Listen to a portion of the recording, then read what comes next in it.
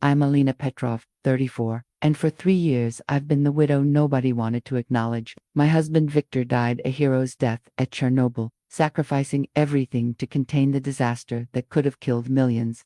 While the world mourned, the brave liquidators, his family saw only opportunity moving into our home, spending his pension, telling me to stop living in the past. They dismissed my grief as weakness, my memories as obsession, but they underestimated the quiet strength of a woman who'd already lost everything that mattered. What they didn't know was that Viktor had left me more than just heartbreak. He'd left me the power to honor his memory and reclaim my life. Before we jump back in, tell me where you're tuning in from, and if this story touches you, make sure you're subscribed because tomorrow, I've saved something extra special for you. If you've ever been told to move on before you were ready, or felt invisible in your own grief, like at this video for a story about love that transcends death and the justice that comes when the living finally fight back. April 26, 1986. The date is burned into my memory like radiation exposure, visible but permanently damaging. I was grading mathematics papers at our kitchen table when the phone rang at 2:47 in the morning. Viktor's voice was steady, professional, but I heard the tremor underneath. Elena, there's been an incident at the plant, a serious one. Viktor worked as a nuclear engineer at Chernobyl nuclear power plant, 40 kilometers from our apartment in Pripyat. He'd been there since we married 5 years earlier, proud of his work, believing in the promise of nuclear energy for our country's future. That night, his expertise became both blessing and curse. How serious? I asked, though something in his tone already told me. The reactor core is exposed. We're organizing teams to assess the damage and begin containment. He paused, and in that silence, I heard my future crumbling. I'm volunteering for the first assessment team. My hands went cold. Viktor, no, send someone else. You have a family, Elena. His voice was gentle but firm. I designed safety protocols for situations exactly like this. If I don't go, men, without my knowledge, will die unnecessarily. Hundreds of thousands of people could be affected if we don't act quickly. I wanted to scream, to beg, to remind him that I needed him more than the world did. Instead, I found strength I didn't know I possessed. What do you need me to do? Pack a bag. Small items only. If things go badly, you may need to evacuate. And, Elena, his voice broke slightly. Find the sealed letter in my desk drawer. The one marked for my beloved wife. Don't read it unless don't say it. Tears were streaming down my face. Don't you dare say it. I love you, Elena Mikhailivna Petrova. You are the best part of my life. And if something happens to me, I need you to know that every day with you was worth whatever comes next. The line went dead. I sat in our kitchen, surrounded by the ordinary debris of our life, my students' homework, Viktor's engineering journals, the tea glasses we'd used just hours before. Everything looked the same, but the world had fundamentally shifted. I could feel it in my bones, the way animals sense earthquakes before they strike. I found Viktor's letter exactly where he'd said, sealed in a white envelope in his desk drawer, my name written in his precise engineering handwriting. My hands shook as I held it. This was his goodbye, written in advance, planned for a possibility I'd never allowed myself to consider. The next 36 hours passed in a blur of rumors, conflicting reports, and official silence. Pripyat's authorities assured us everything was under control, that the evacuation was temporary, precautionary. I packed our small suitcase with 3 days' worth of clothes, leaving behind photo albums, Viktor's awards, all the accumulated treasures of our marriage. When the bus came to take us away, I looked back at our apartment building one last time. I didn't know then that we'd never return, that the life Viktor and I had built together would remain frozen in time, too radioactive to reclaim. The official notification came 3 days later. Viktor Sergeyevich Petrov, age 29, nuclear engineer, died from acute radiation syndrome after volunteering for emergency reactor assessment. His sacrifice, along with 31 others, prevented a complete meltdown that could have contaminated half of Europe. I became a widow at 29, displaced from my home, my job, my entire world. But I wasn't alone in my grief. There were other wives, other families, other stories of heroic sacrifice. We were the liquidators' widows, bound together by loss and a shared understanding that our husbands had saved the world at least. That's what I thought then. I didn't yet know that Viktor's family saw his death not as sacrifice, but as opportunity. They arrived 2 weeks after Viktor's funeral, when the earth on his grave was still fresh and dark. Elena Petrovna, Viktor's mother, and Dmitri, his younger brother, appeared at my door with suitcases and sorrowful expressions that didn't quite reach their eyes. "Elena, dear," Galina said, embracing me with practiced grief. "We can't let you face this alone. Family must stick together during such terrible times." I was still floating in the strange numbness that follows devastating loss. The world felt muffled, colors drained, as if I were viewing life through thick glass.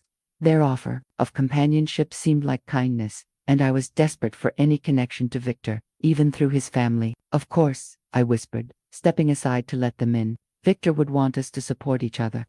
Dmitri, 25 and perpetually unemployed, carried their bags to what had been Viktor's study. "We'll only stay until you're back on your feet, Elena, just until the shock wears off." That first week, their presence felt like a buffer against the crushing silence of our apartment. Galina cooked Viktor's favorite meals, filling the kitchen with familiar smells that made me cry with both pain and gratitude. Dmitri organized Viktor's papers, claiming he wanted to help with the bureaucratic maze of death certificates and benefit applications. But subtle changes began immediately. Galina rearranged our living room furniture, saying the old arrangement was too sad, too focused on the past. She moved Viktor's engineering journals from the coffee table to a high shelf, explaining that seeing them made her think of what might have been. "You need to focus on healing, not dwelling," she told me as she packed away Viktor's reading glasses. "My poor son wouldn't want you trapped in yesterday." Dmitri installed himself at Viktor's desk, spreading out forms and documents. "These benefit applications are complicated, Elena. You're too emotional to handle them properly right now. Let me take care of the practical matters." I found myself nodding, grateful for their care. In my grief-clouded state, their efficiency felt like relief. They were taking care of things Viktor would have handled, filling the void his death had created. Viktor's work journal remained on his desk, filled with his meticulous notes about reactor safety protocols and his growing concerns about the plant's design flaws. He'd been documenting problems for months before the disaster, writing detailed reports that his supervisors had dismissed as overcautious. "Look at this," I said one evening, showing Galina a page where Viktor had written about his fears. He knew something was wrong. He was trying to prevent exactly what happened. Galina barely glanced at the journal. "Viktor always worried too much.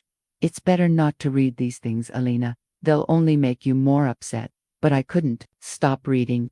Viktor's words were the closest I could get to him now. His handwriting a physical connection to the man I'd lost, his concerns about safety protocols, his frustration with bureaucratic indifference, his determination to protect people. It was all there in his careful script. He was trying to save lives even before the disaster. I murmured. "He's gone now," Galina said firmly. "Reading his old worries won't bring him back or change what happened. You need to think about your future, not his past." I closed the journal, but something in her tone made me uneasy. It was the first time I wondered if their definition of moving forward might be different from mine.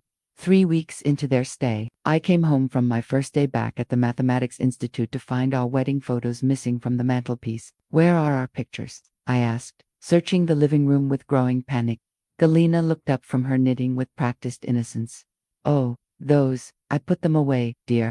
It's not healthy to surround yourself with reminders of loss." The grief counselor on the radio said dwelling on the deceased prevents proper healing. "Those aren't reminders of loss. They're reminders of love." "Same thing now," she replied, her needles clicking steadily. "Viktor is gone, Elena. Staring at his face every day will only keep you stuck in sorrow." I found our wedding album tucked away in the bedroom closet, buried under old linens. Viktor's smile looked up at me from the photographs, young, confident, full of dreams for our future together. My throat tightened as I remembered that day, how he'd whispered promises during our first dance, how he'd sworn we'd grow old together. "I'm putting these back where they belong," I announced, returning to the living room with our largest wedding portrait. Dmitri glanced up from Viktor's desk, where he'd been working through another stack of papers. "Elena, you're being stubborn about this. Mother's trying to help you heal." "I don't want to heal if it means forgetting Viktor." "No one's asking you to forget," Galina said, though her tone suggested otherwise. "But you can't build a shrine to a dead man and expect to have a life." That word shrine hit me like a physical blow.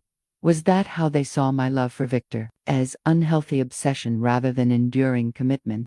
Over the following days, Victor's presence in our home continued to diminish. Galina donated his clothes to charity without asking, claiming the closet space was needed for practical purposes. She rearranged our bedroom, moving my side of the bed to Victor's spot for better light in the morning.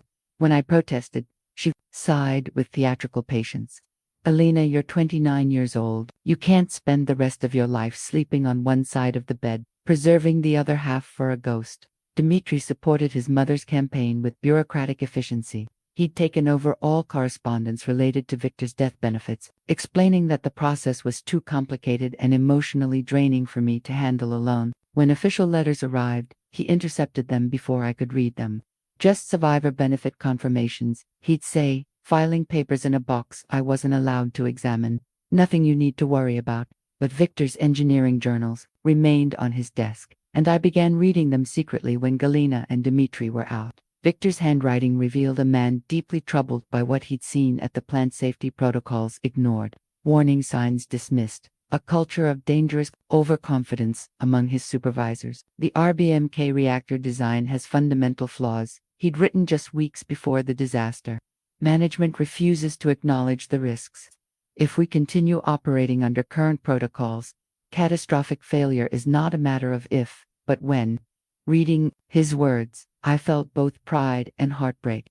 Victor had been trying to prevent the very disaster that killed him. His death wasn't just heroic, it was the ultimate vindication of his professional warnings. One evening, I found Dmitri reading Victor's journal at the desk. "This is interesting," he said without looking up. Victor wrote about plant design problems. These notes could be valuable to journalists or investigators. Valuable how? He shrugged. People pay good money for insider information about Chernobyl. These journals prove the authorities knew about problems beforehand. The casual way he discussed profiting from Victor's final words made my stomach turn.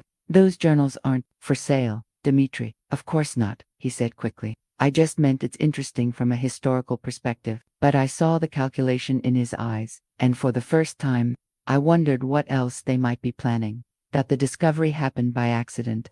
I was looking for stamps in Victor's desk drawer when I found a bank statement that had been opened, and hastily refolded. The account number wasn't familiar, but Victor's name was listed as the primary beneficiary. With monthly deposits labeled liquidator survivor benefits, the amounts took my breath away. Victor's pension was nearly 3 times what I'd expected, enough to live comfortably, even modestly well. But according to the statement, funds were being transferred monthly to 2 other accounts I didn't recognize. My hands shook as I studied the paper. Dmitri had been handling all financial matters, claiming the bureaucracy was too complex for me to navigate in my grief. I'd trusted him completely, grateful for his help during the most difficult period of my life. "Dmitri," I called, my voice carefully controlled. He appeared in the doorway, and I watched his expression change when he saw the bank statement in my hands. "Elena, you shouldn't be going through those papers. They're confusing, and whose accounts are these?" I held up the statement, pointing to the transfer destinations. His face flushed red. "Those are family support accounts. Victor's pension is substantial, more than you need for daily expenses." Mother and I thought. "You thought what?" My voice was rising despite my efforts to stay calm. Galina emerged from the kitchen, drawn by the tension in our voices. When she saw the bank statement, her mouth tightened into a thin line. "Elena dear," she said in her most patronizing tone, "you're getting upset over nothing. Victor's pension is generous, more than generous. A single woman doesn't need such a large monthly income. Victor earned that money with his life. And we're Victor's family too," Dmitri interjected. "He would want his mother cared for in her old age. He'd want his brother to have opportunities for education and advancement." I stared at them, finally understanding the full scope of their calculation. They hadn't moved in to comfort me, they moved in to manage me, to control Victor's financial legacy while keeping me docile with false sympathy. "How long has this been happening?" "Since the first payment arrived," Dmitri admitted, though he tried to sound defiant rather than ashamed. "We set up the transfers to ensure everyone's needs were met fairly." Fairly? I almost laughed at the absurdity. "You've been stealing from Victor's widow to fund your own lives, and you call that fair?" "We're not stealing," Galina snapped. her mask of gentle concern finally slipping. We're family. Victor's death benefits should support Victor's family, all of his family. I am Victor's family. I'm his wife. You were his wife, she corrected coldly. He's dead now, but Dmitri and I are still alive, still struggling, still needing support. Victor would understand that. The cruelty of her words, the casual dismissal of my ongoing connection to Victor, hit me like a physical blow. In their minds, Victor's death had severed my claim to his legacy, reducing me from wife to merely another recipient of their charity. My teaching salary barely covers basic expenses, I said quietly. Then perhaps you should consider remarrying, Galina suggested. A young woman like you shouldn't remain alone forever. Victor wouldn't want you to waste your life in perpetual mourning. I looked at these people I'd welcomed into my home, who'd eaten my food and accepted my gratitude while systematically robbing me of my husband's legacy. Their entitlement was breathtaking. They genuinely believed they deserved Victor's pension more than I did. I want the transfers stopped immediately.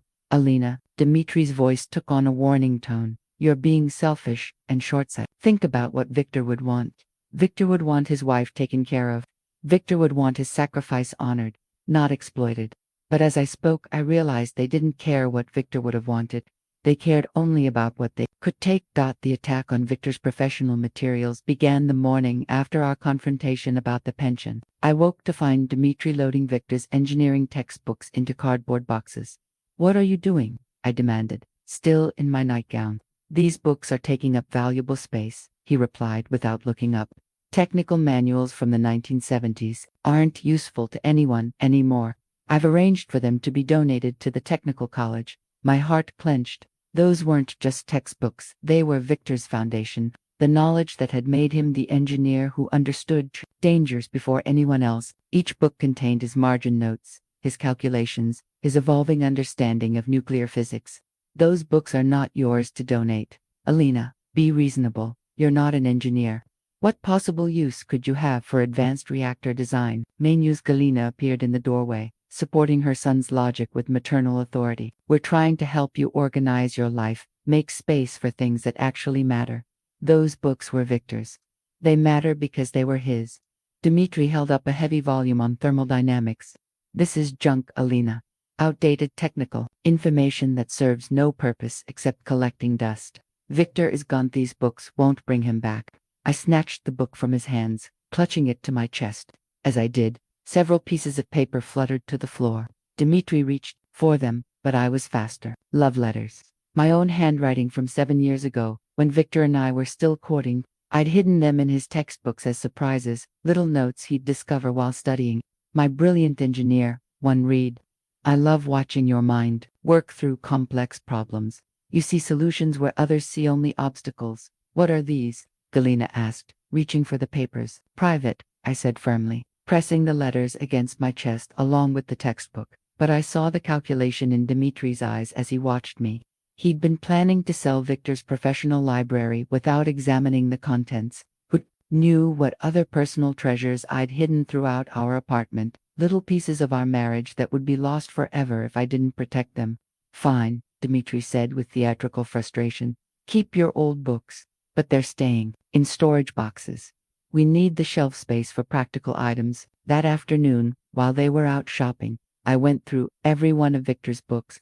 I found more letters, pressed flowers from our anniversary dinners, ticket stubs from films we'd watched together, little pieces of our love story that I'd scattered throughout his professional materials like hidden treasures. I also found something else: Victor's real assessment of the reactor problems at Chernobyl, not just concerns, but detailed calculations proving that the RBMK design was fundamentally flawed. His handwritten analysis, dated 3 months before the disaster, predicted almost exactly what would happen in a loss of coolant scenario. This wasn't just historical documentation.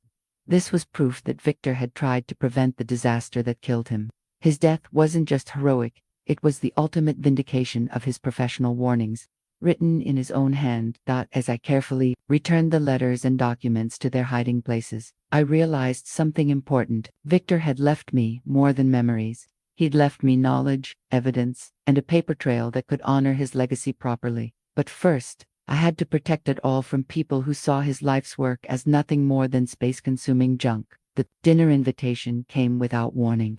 I arrived home from teaching to find Galina setting our table for 4 people instead of 3. "We're having a guest tonight," she announced cheerfully. "Alexei Volkov from down the hall. Such a nice man.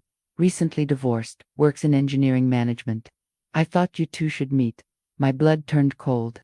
"You invited a man to dinner without asking me, Elena. You can't mourn forever. Viktor has been gone for months now.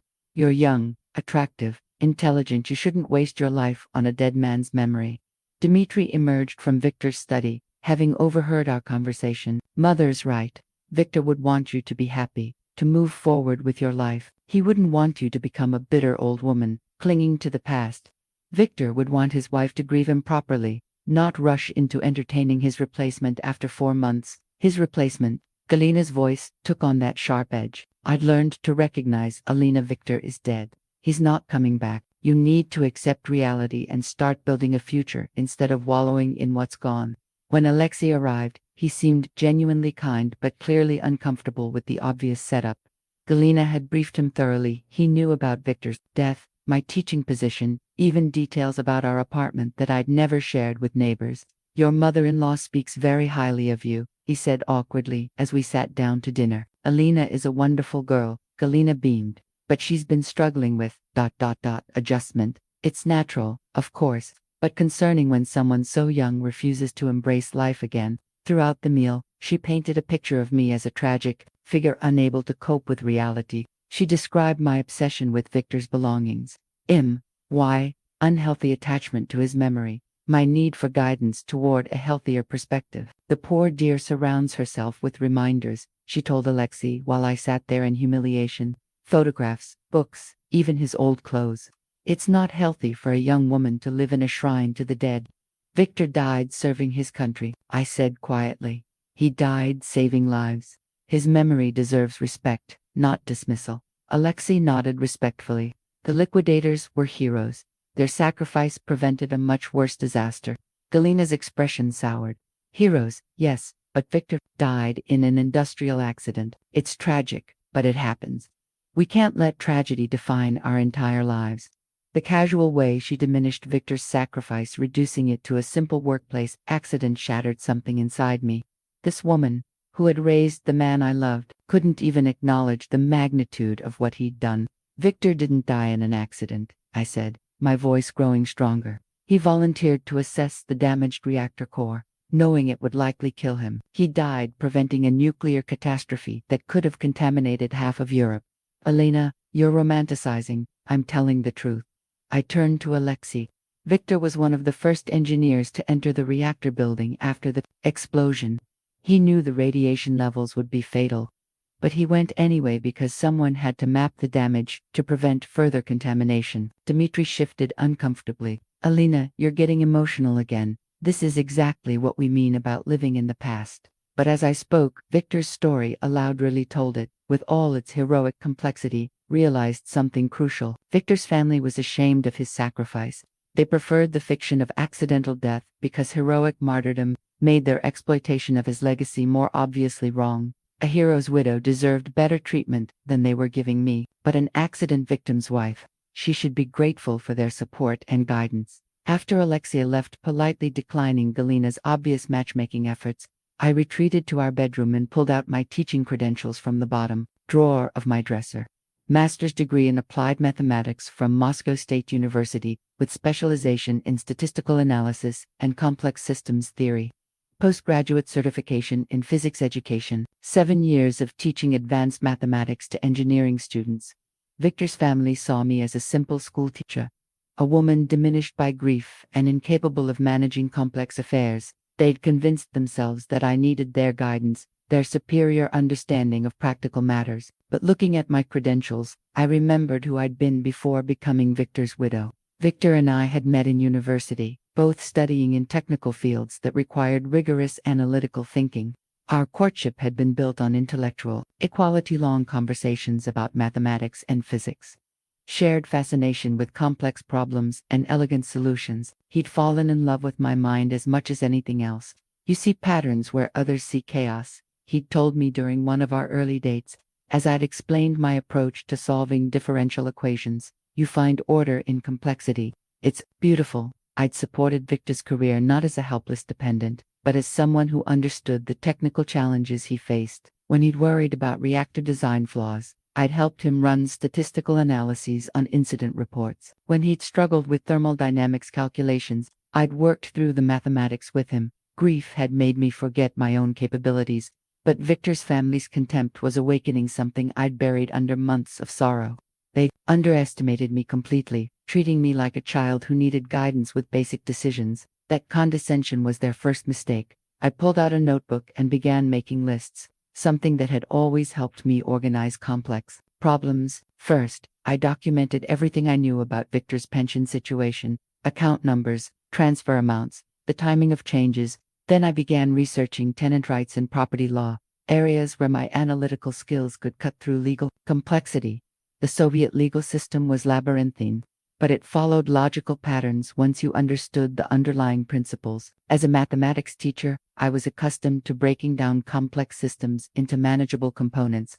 Legal research required the same systematic approach. I discovered that Victor's death had left me with stronger legal protections than his family seemed to realize. As his legal wife and sole heir, I had exclusive rights to our apartment and his benefits. Their presence in my home was legally dependent on my consent, which I could withdraw at any time. More importantly, I learned that diverting survivor benefits without the beneficiary's written consent was a serious legal violation. Dmitri's casual manipulation of Victor's pension wasn't just morally wrong, it was potentially criminal. Over the following week, I began building my case methodically. I visited the Housing Authority office during my lunch breaks, gathering information about tenant rights and eviction procedures. I contacted the Pension Administration office, requesting detailed records of all benefit payments and transfers. Each conversation revealed the same thing. Government officials had been dealing exclusively with Dmitri, who'd presented himself as my authorized representative. He'd forged my signature on several documents, claiming I was too emotionally unstable to handle official business myself. Your brother-in-law said you were having difficulty coping, one clerk explained sympathetically.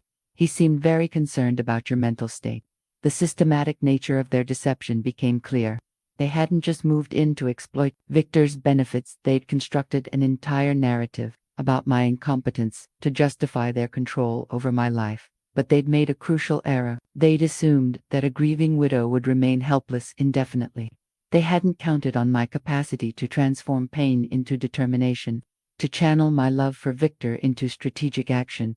I was still Victor's wife, but I was also Elena Petrov, a mathematician and educator, and I was done being managed by people who'd never bothered to understand who I really was. My investigation began with the most basic question: who legally owned our apartment? Victor and I had purchased it together 3 years into our marriage, but I'd never examined the actual property deed. While Galina and Dmitri were out one afternoon, I searched through Victor's filing system until I found our real estate documents. Elena Mikhailovna Petrova and Viktor Sergeyevich Petrov, joint owners with right of survivorship. Victor's death had automatically transferred his ownership share to me. I owned our apartment completely, which meant Victor's family were legally guests in my home, guests who could be asked to leave at any time. But my research revealed something more disturbing. During their conversations with neighbors, Galina and Dmitri had been spreading a carefully constructed story about my mental state. They'd told people I was struggling with reality, that I talked to Victor as if he were still alive, that they were concerned about my ability to care for myself. Mrs. Komarova from the apartment next door confirmed this when I encountered her in the hallway. "Elena, dear," she said with pitying concern, "your mother-in-law mentioned you've been having difficulties. If you ever need anything, someone to talk to, help with shopping, please don't hesitate to ask."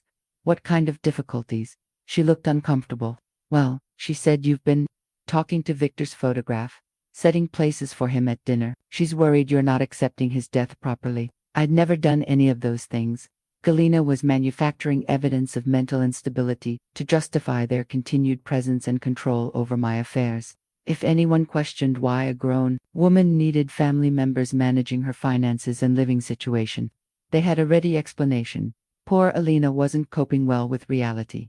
This revelation led me to reach out to other liquidator widows, women I'd met briefly during the months following the disaster. I contacted Anya Volkov, whose husband had died in the same assessment team as Viktor, and Marina Fedorova, whose husband had been part of the cleanup crew, meeting them for tea at a cafe near the memorial site.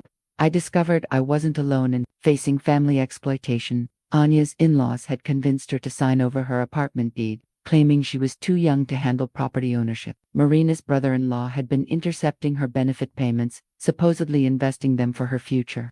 "They tell us we're being cared for," Anya said bitterly, "but we're being managed. They think widowhood has made us incompetent. The worst part," Marina added, "is how they use our grief against us. Every time we resist their control, we're accused of being unstable or living in the past." These women understood something. Victor's family didn't. Our grief was not mental illness, and our desire to honor our husband's memories was not pathological obsession. We were mourning heroes, and we deserved to be treated with respect, not manipulated by relatives who saw our loss as their opportunity. Together, we began sharing information about legal resources, support services, and strategies for reclaiming control over our lives. We discovered that liquidator widows had specific legal protections under Soviet law, benefits that extended beyond simple pension payments. Most importantly, we realized we had power we'd forgotten we possessed. We weren't helpless victims, we were intelligent women who'd been temporarily overwhelmed by extraordinary circumstances. Our husbands had chosen us as partners for good reasons, and those reasons hadn't disappeared with their deaths. By the time I returned home that evening, I felt stronger than I had in months. I wasn't fighting this battle alone anymore. The letter arrived on a Tuesday morning in November, 5 months after Viktor's death. Official government letterhead, addressed specifically to Elena Petrova, marked confidential beneficiary only. I intercepted it before Dmitry could add it to his collection of correspondence he'd been managing on my behalf. Inside was a notification from the state insurance commission regarding a life insurance policy I'd never known existed. Viktor had purchased additional coverage through his position at the nuclear plant, a policy specifically designed for high-risk technical personnel. The coverage amount made me sit down heavily at our kitchen table. 50,000 rubles, equivalent to nearly 5 years of my teaching salary. Viktor had kept this policy secret, probably knowing that I'd worry about the implications of needing such substantial life insurance, but he'd planned for the worst-case scenario, ensuring that if his dangerous work cost him his life, I'd be financially secure. The letter requested that I contact the insurance office within 30 days to begin the claims process. All benefits would be paid directly to me as the sole named beneficiary. No family members, no co-signatories, no shared access. I read the letter 3 times, my hands shaking with a mixture of grief and growing anger. Viktor had worked overtime for months before the disaster, taking on additional consulting projects and technical reviews. I'd assumed he was simply dedicated to his profession. But now I understood he'd been working extra hours to pay for insurance. Premiums that would protect me if the worst happened. My brilliant, thoughtful husband had been preparing for his own death while I'd been planning our future together. When Galina returned from her shopping trip, I was still sitting at the table with the letter in my hands. "What's that, dear?" she asked, setting down her packages. "A letter from the insurance commission." Viktor had a life insurance policy through his work. Her expression changed immediately. How much? The directness of her question, not "how wonderful" that Viktor planned ahead or "what a thoughtful husband," but immediate focus on the financial amount, confirmed everything I'd suspected about her motivations. "Enough," I said carefully. "Elena, you'll need help managing such a large sum. Insurance settlements can be complicated, and you don't have experience with significant financial decisions." Dmitry could know. The firmness in my own voice surprised me. "This is Viktor's gift to me specifically. I'll handle it myself." Dmitry appeared in the doorway, drawn by the tension in our voices.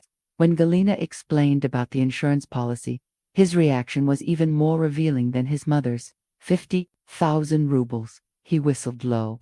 "That changes everything. Elena, with that kind of money, you could invest in property, maybe start a business. But you'll need experienced guidance to avoid making costly mistakes." "I'll need a bank account in my name only," I replied, "and privacy to make my own financial decisions." The silence that followed was heavy with unspoken conflict. For months, they'd positioned themselves as my protectors and advisors, managing my finances because I was supposedly too grief-stricken to handle such responsibilities. but a 50,000 ruble insurance settlement was too significant for them to control indirectly. Elena's voice took on that familiar patronizing tone. You're being emotional again. Large sums of money require careful planning and professional management. You don't want to make impulsive decisions that you'll regret later. The only thing I regret is allowing other people to make decisions that should have been mine all along. That evening, I contacted the insurance office and scheduled an appointment for the following week. When the claims representative asked if I'd be bringing family members or advisors to the meeting, I said no, I'd be handling this matter personally. It was the first time in 5 months that I'd made an important decision without consultation or permission. The feeling was both terrifying and exhilarating. Viktor had left me more than money. He'd left me independence. The insurance settlement changed everything. With 50,000 rubles in my personal bank account, I was no longer financially dependent on anyone's charity or management. For the first time since Viktor's death, I had real power in my own life. I began asserting that power systematically. First, I contacted the Pension Administration Office and formally revoked Dmitri's authorization to handle my benefits. The clerk who processed my request seemed surprised. Your brother-in-law said you preferred him to manage these matters because of your emotional difficulties, she explained. My brother-in-law was mistaken about my preferences and my capabilities. Next, I visited our neighborhood housing authority office with my property deed and identification documents. I wanted official confirmation of my rights as the apartment's sole owner, and clear documentation of the procedures for removing unwanted occupants. The housing clerk, a middle-aged woman with kind eyes, reviewed my paperwork carefully. You're asking about eviction procedures for family members. I'm asking about my rights to determine who lives in my home. She explained the process clearly. As the property owner, I could request that any occupants leave by providing 30 days written notice. If they refused, I could petition the housing court for formal eviction proceedings.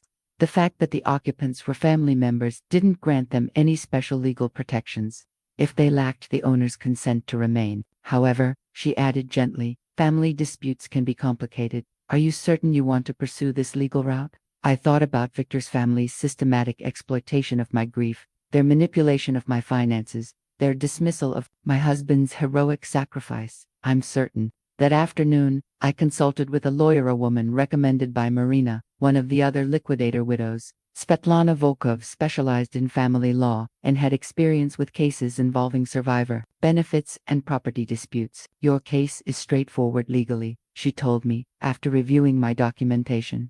As Viktor's legal heir, you have exclusive rights to your apartment and his benefits.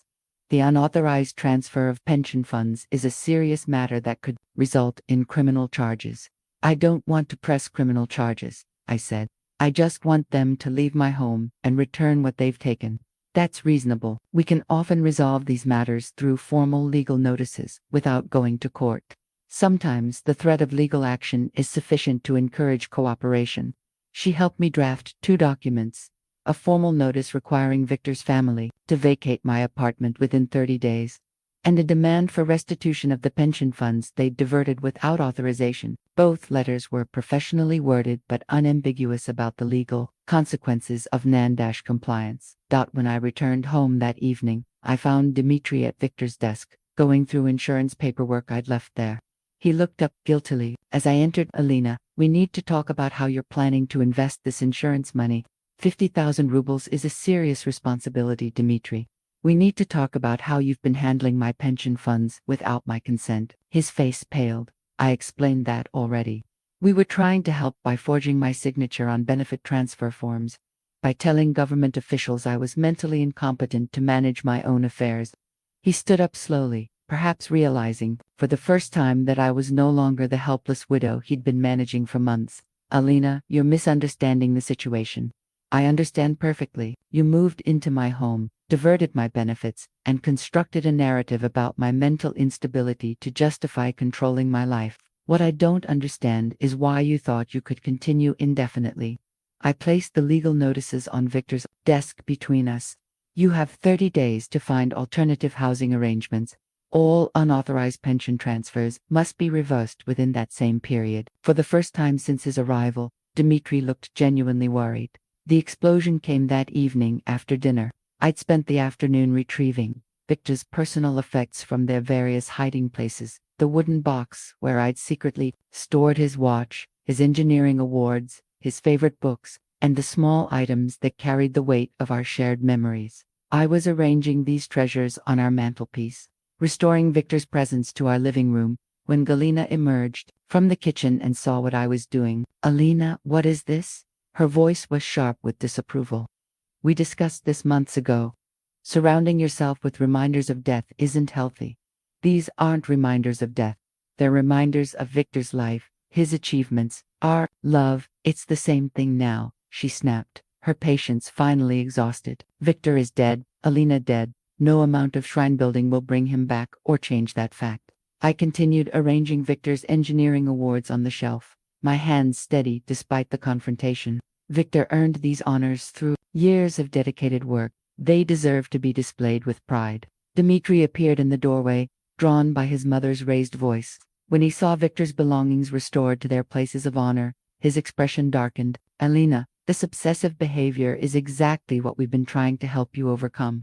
You can't build your life around worship of a dead man. I'm not worshiping Victor.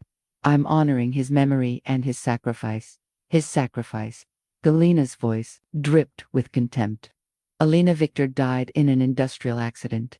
A terrible accident, yes, but an accident nonetheless. You've romanticized his death into some kind of heroic martyrdom, but that's fantasy, not reality." Something inside me snapped. For months, I'd endured their dismissal of Victor's heroism, their reduction of his sacrifice to mere workplace misfortune, but I was no longer the broken widow who'd accepted their version of events. Victor volunteered to enter the damaged reactor building, knowing the radiation levels would be fatal, I said, my voice growing stronger with each word. "He spent his final hours mapping the destruction to prevent further contamination. He died saving lives, potentially millions of lives." "Elena, you're being dramatic." "I'm being accurate." I pulled Victor's final report from the box of his effects, the document he'd dictated to his supervisor before succumbing to radiation poisoning. "This is Victor's assessment of the reactor core damage, written while he was dying from radiation exposure. His analysis prevented additional explosions that could have made the disaster far worse." Dmitri reached for the report, but I held it away from him. Victor's supervisor called him a hero. The plant director called him a hero. The government officials who awarded him posthumous honors called him a hero. The only people who refuse to acknowledge his sacrifice are the family members who've profited from his death. Profited? Galina's voice rose to a shriek. "We've sacrificed our own lives to care for you during your breakdown. You've diverted my pension payments into your own bank accounts. You've told neighbors I'm mentally unstable to justify controlling my finances. You've systematically erased Victor from our home while exploiting the benefits he earned with his life. We've been trying to help you move forward instead of wallowing in the past." "No," I said firmly. "You've been trying to erase the past so you could steal from it more comfortably." I held up the legal notice Svetlana had prepared. "You have 30 days to leave my apartment and return the money you've stolen from Victor's survivor benefits. If you refuse, I'll pursue legal action, including criminal charges for benefit fraud." The silence that followed was deafening. Galina stared at me as if seeing me clearly for the first time, while Dmitri's face cycled through shock, anger, and what might have been fear. "Elena," Galina's voice took on a dangerous edge, "you're making a terrible mistake. We're family. We're all you have left. Victor was my family. You're just people who happen to share his blood. People who've shown nothing but contempt for the man who died serving his country." I placed Victor's photograph back in its place of honor on our mantelpiece. I'd rather be alone with Victor's memory than surrounded by people who are ashamed of his sacrifice. They didn't leave quietly.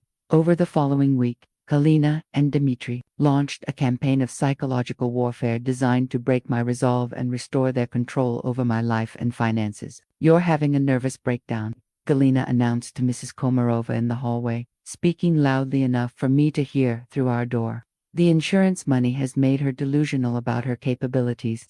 She's threatening her own family with eviction. Can you imagine?" Dmitri took a different approach, alternating between threats and emotional manipulation. "Elena, you're destroying Victor's family. Is that what you think he would want? His mother homeless, his brothers struggling financially, all because you've become selfish and bitter."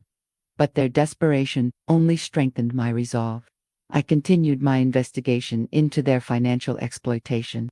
And what I discovered made their theft even more systematic than I'd realized.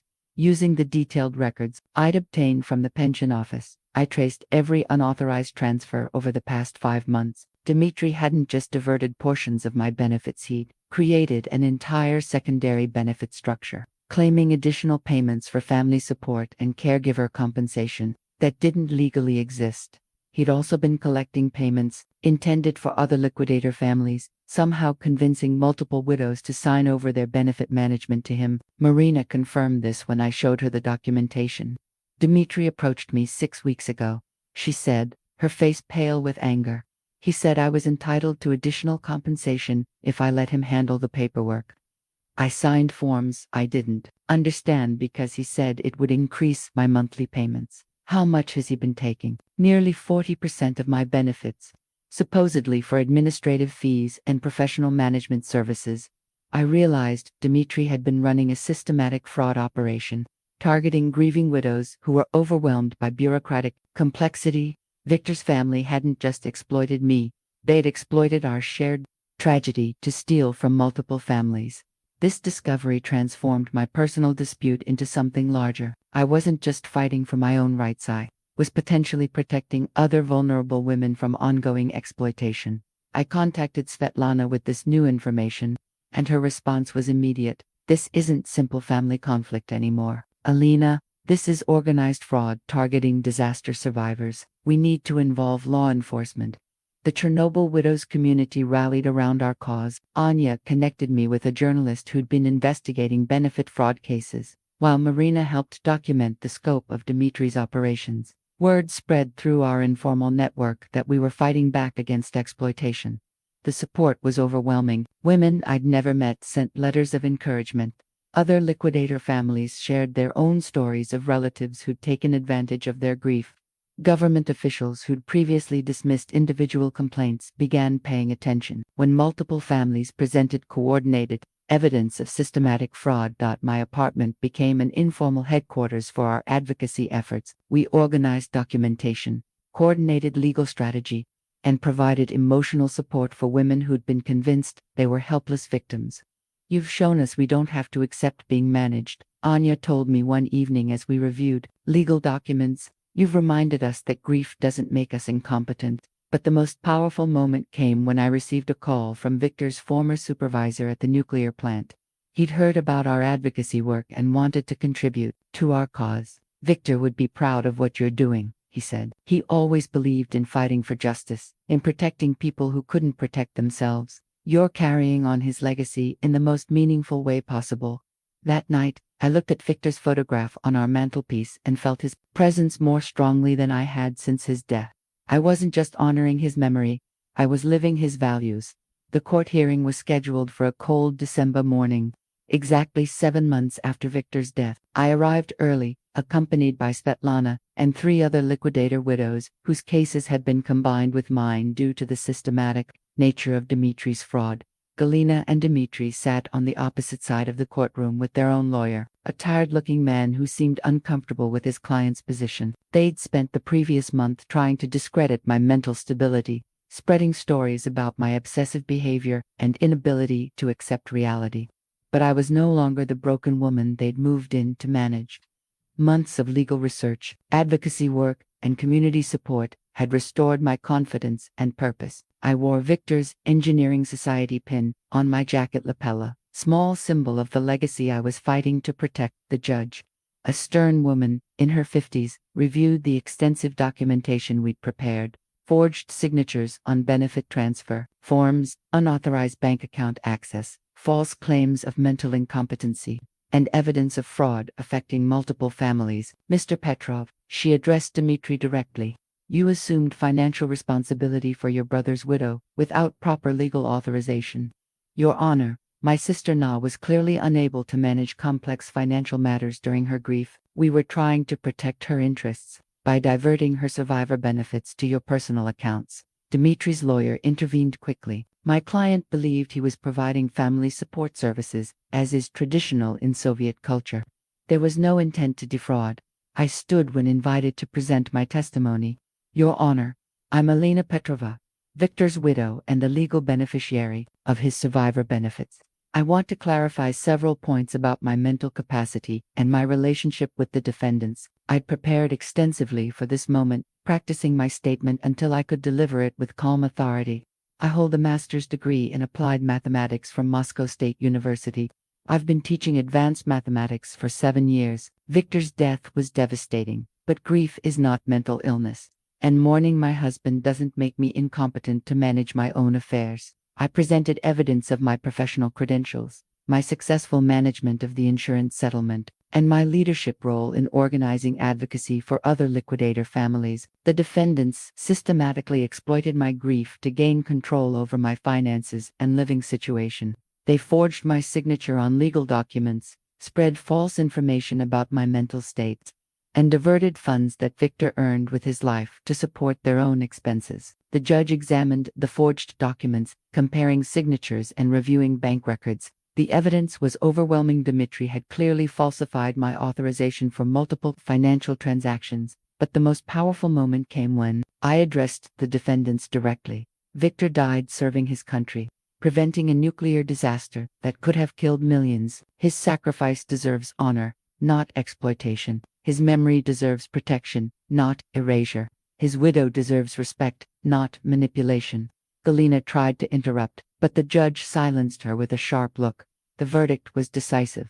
The court ordered immediate cessation of all unauthorized benefit transfers, full restitution of diverted funds with interest, and formal eviction of the defendants from my apartment. Additionally, the court referred Dmitry's case to criminal prosecutors for potential fraud charges affecting multiple families.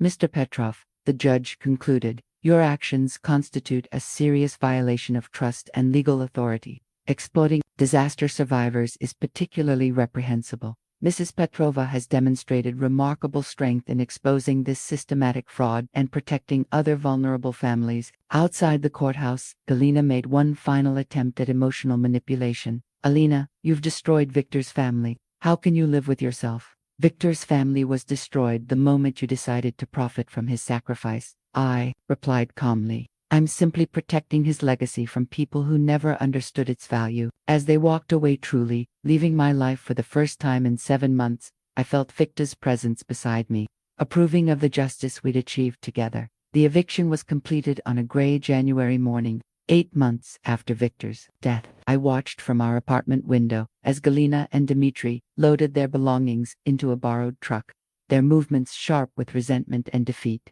They'd spent their final week in my home attempting last-minute reconciliation, alternating between tearful apologies and bitter accusations. Galina had tried emotional manipulation one final time, claiming Viktor would be heartbroken to see his family divided.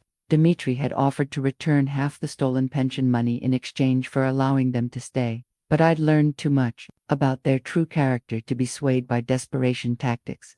They weren't sorry for exploiting my grief, they were sorry for being caught and held accountable. The court-ordered restitution had already begun flowing back into my accounts. Nearly 8,000 rubles they'd diverted over 7 months, plus interest and legal fees. The money felt heavier than its simple monetary value. It represented Viktor's sacrifice being properly honored, his widow being treated with the respect she deserved. As their truck pulled away from our building, I felt an unexpected mixture of relief and sadness. Relief that my home was finally mine again, that I could grieve and heal without manipulation or judgment. But sadness too, because I'd genuinely hoped Viktor's family might have been a source of comfort and connection to the man I'd lost. Instead, they'd taught me that shared blood doesn't guarantee shared values, and that some people will exploit any tragedy if it serves their interests. I spent that first day alone in our apartment, methodically reclaiming the space. I returned Viktor's photograph to its place of honor on our nightstand.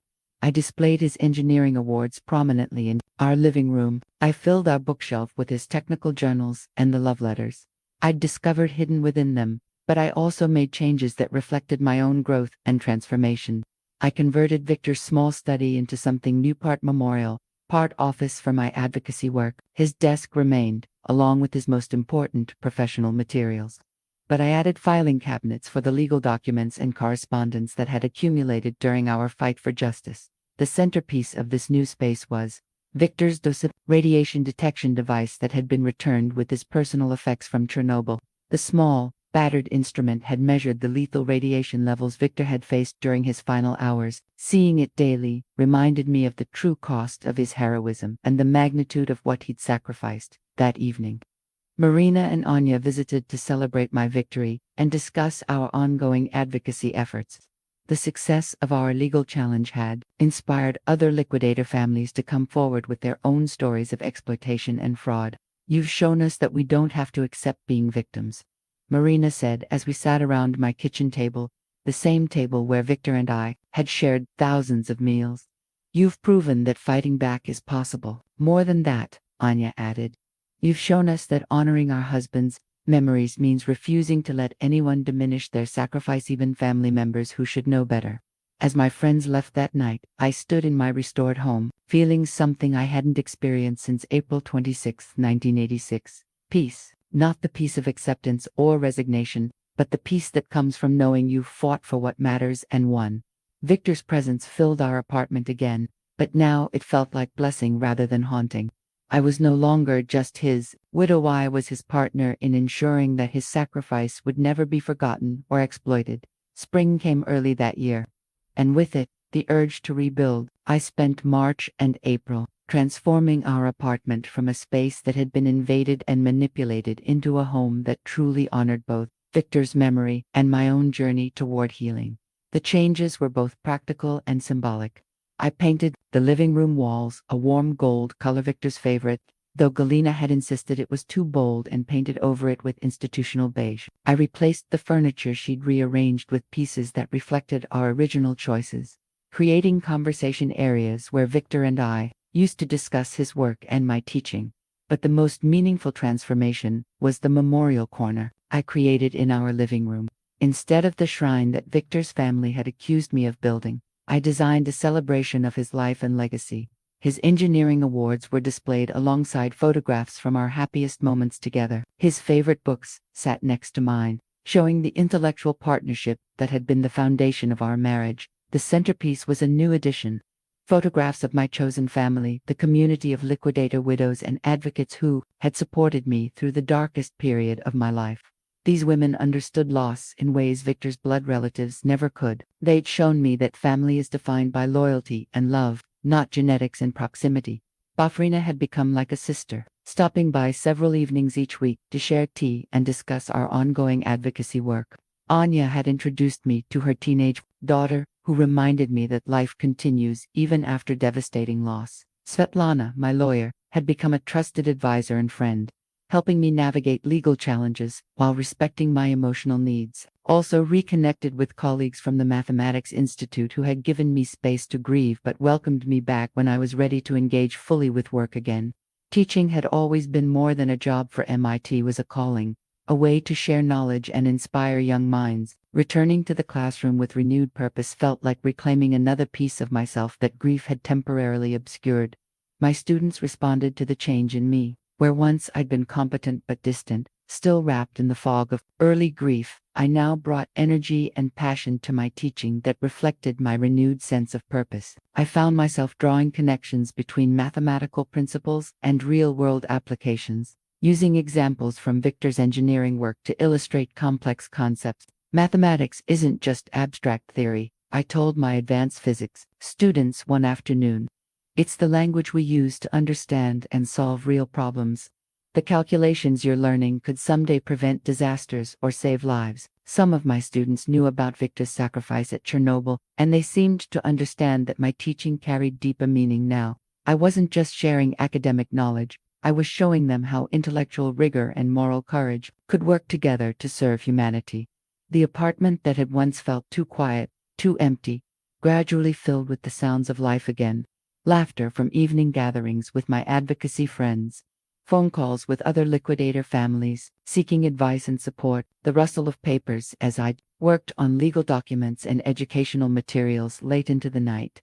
Victor's photograph watched over all of this activity from its place of honor, and I found myself talking to him sometimes as I worked.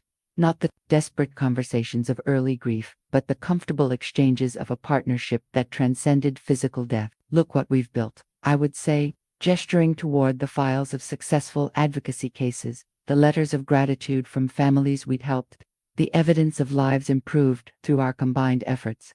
Your sacrifice is still saving people, Victor, just in ways we never imagined. Our home had become a headquarters for justice, a sanctuary for healing, and a testament to love that refuses to be diminished by death or exploitation. By summer, our advocacy network had grown beyond anything I'd imagined possible. What began as my personal fight for justice had evolved into a comprehensive support system for liquidator families across the entire region. I'd created educational materials, simple, clear guides explaining survivor rights, benefit procedures, and legal protections. These documents, written in language that grieving families could understand, were being distributed through hospitals, government offices, and community centers. No other widow would have to navigate the bureaucratic maze alone, as I'd been forced to do. The most rewarding part of this work was the direct assistance we provided to individual families. My phone rang daily with calls from widows, parents, and children of liquidators who needed help understanding their rights or fighting exploitation. Each case was different, but the patterns were depressingly familiar. Family members taking advantage of grief, officials dismissing legitimate claims, and survivors being told they were too emotional to handle their own affairs. "Elena, you saved my family," wrote Maria Volkov from Gomia, whose brother-in-law had been diverting her children's education benefits. "Without your guidance, I would never have known I had the right to fight back." These letters filled a box I kept in Victor's memorial workspace, tangible proof that his sacrifice continued to protect people years after his death. Reading them, I felt the deep satisfaction that comes from turning personal pain into meaningful purpose. My reputation as an advocate led to an unexpected opportunity, testifying before a government committee, reviewing liquidator family support policies, standing in the imposing government building, addressing officials who had the power to improve thousands of lives. I thought about how far I'd traveled from the broken widow who'd allowed Victor's family to manage her life. "Honorable committee members," I began, my voice steady despite the magnitude of the moment. "I speak today not just as Elena Petrova, but as the voice of hundreds of liquidator families who have been failed by systems meant to protect them." I presented detailed documentation of the exploitation patterns we'd identified, fraudulent benefit diversions, psychological manipulation of grieving relatives, and bureaucratic indifference to survivor struggles. But I also offered solutions, specific policy recommendations that could prevent future abuse while better supporting families who'd already sacrificed so much. The committee chair, an elderly man with kind eyes, thanked me for my comprehensive and courageous testimony. Within 6 months, new regulations were implemented, requiring additional oversight of benefit management and stronger protections for disaster survivors. Victor would have been proud of that achievement, using systematic analysis and clear communication to solve complex problems, just as he'd done in his engineering work. The anniversary of the disaster became an annual milestone in our advocacy calendar. Each April 26th, I organized memorial gatherings that served dual purposes, honoring the liquidators who'd died and educating their families about available resources and protections. At the second anniversary event, I was approached by a young journalist writing a comprehensive book about Chernobyl's long-term impact on families and communities. "Mrs. Petrova," she said, "your story represents something important about resilience and transformation after tragedy. Would you be willing to share your experience more broadly?" I thought about Victor's belief in the power of truth to prevent future disasters. If it helps other families avoid what I went through, yes. Victor died preventing a larger catastrophe. The least I can do is prevent smaller ones. That conversation led to newspaper interviews, radio appearances, and speaking engagements at universities and professional conferences. My personal story became a case study in advocacy, resilience, and the importance of supporting disaster survivors with dignity rather than exploitation. 3 years after Victor's death, I stood before the Chernobyl Memorial on a crisp April morning, preparing to deliver the keynote address at the annual commemoration ceremony. The speech I'd prepared focused on a distinction that had become central to my understanding of grief and healing: the difference between moving on and moving forward. Moving on suggests leaving the past behind, I told the assembled crowd of survivors, families, and officials, but some experiences are too profound to leave behind. They become part of who we are, shaping how we see the world and what we choose to do with our lives. I looked out at faces that reflected my own journey.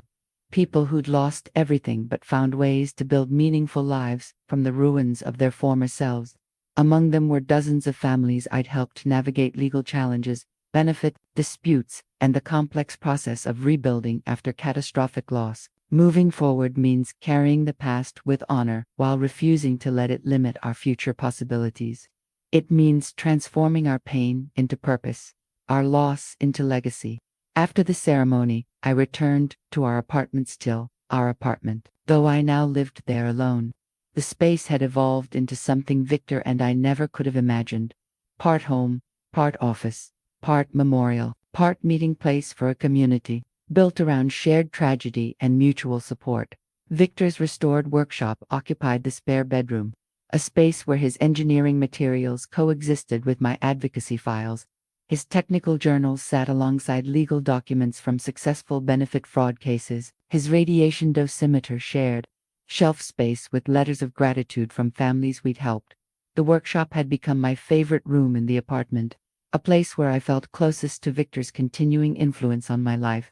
When I faced difficult decisions about advocacy strategies or struggled with the emotional weight of helping traumatized families, I would sit at his desk and ask myself what Victor would do. The answer was always the same: use knowledge to protect people, fight for truth even when it's inconvenient, and never let bureaucratic indifference silence the voices of those who need justice. That evening, as I worked on correspondence with liquidator families from across the country, I reflected on the unexpected trajectory my life had taken. I'd begun as Elena Petrova, mathematics teacher and beloved wife. Tragedy had temporarily reduced me to Elena the victim, the broken widow managed by people who saw my grief as opportunity, but I'd emerged as Elena the advocate, the protector of families who faced the same exploitation I'd endured. Victor's death had destroyed the life we'd planned together, but it had also revealed strength and purpose I never knew I possessed. My work wasn't finished. It might never be finished as long as bureaucratic systems failed vulnerable people and family members, exploited tragedy for personal gain. But every legal victory, every family reunited with their rightful benefits, every widow who learned she didn't have to accept being managed by others, proved that Victor's sacrifice continued to save lives. I looked at his photograph on my desk, smiling from a moment of happiness we'd shared before either of us knew how dangerous his work really was. "We did it, Victor," I whispered to his image.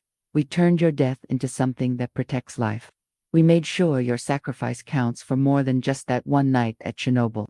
Outside our window, the city continued its evening rhythm, full of families and dreams and ordinary struggles. I was part of that life again, but also separate from it, forever marked by loss, forever motivated by love that refused to be diminished by death or exploitation. Moving forward, not moving on, carrying Victor with me always, while building a future he would be proud to see.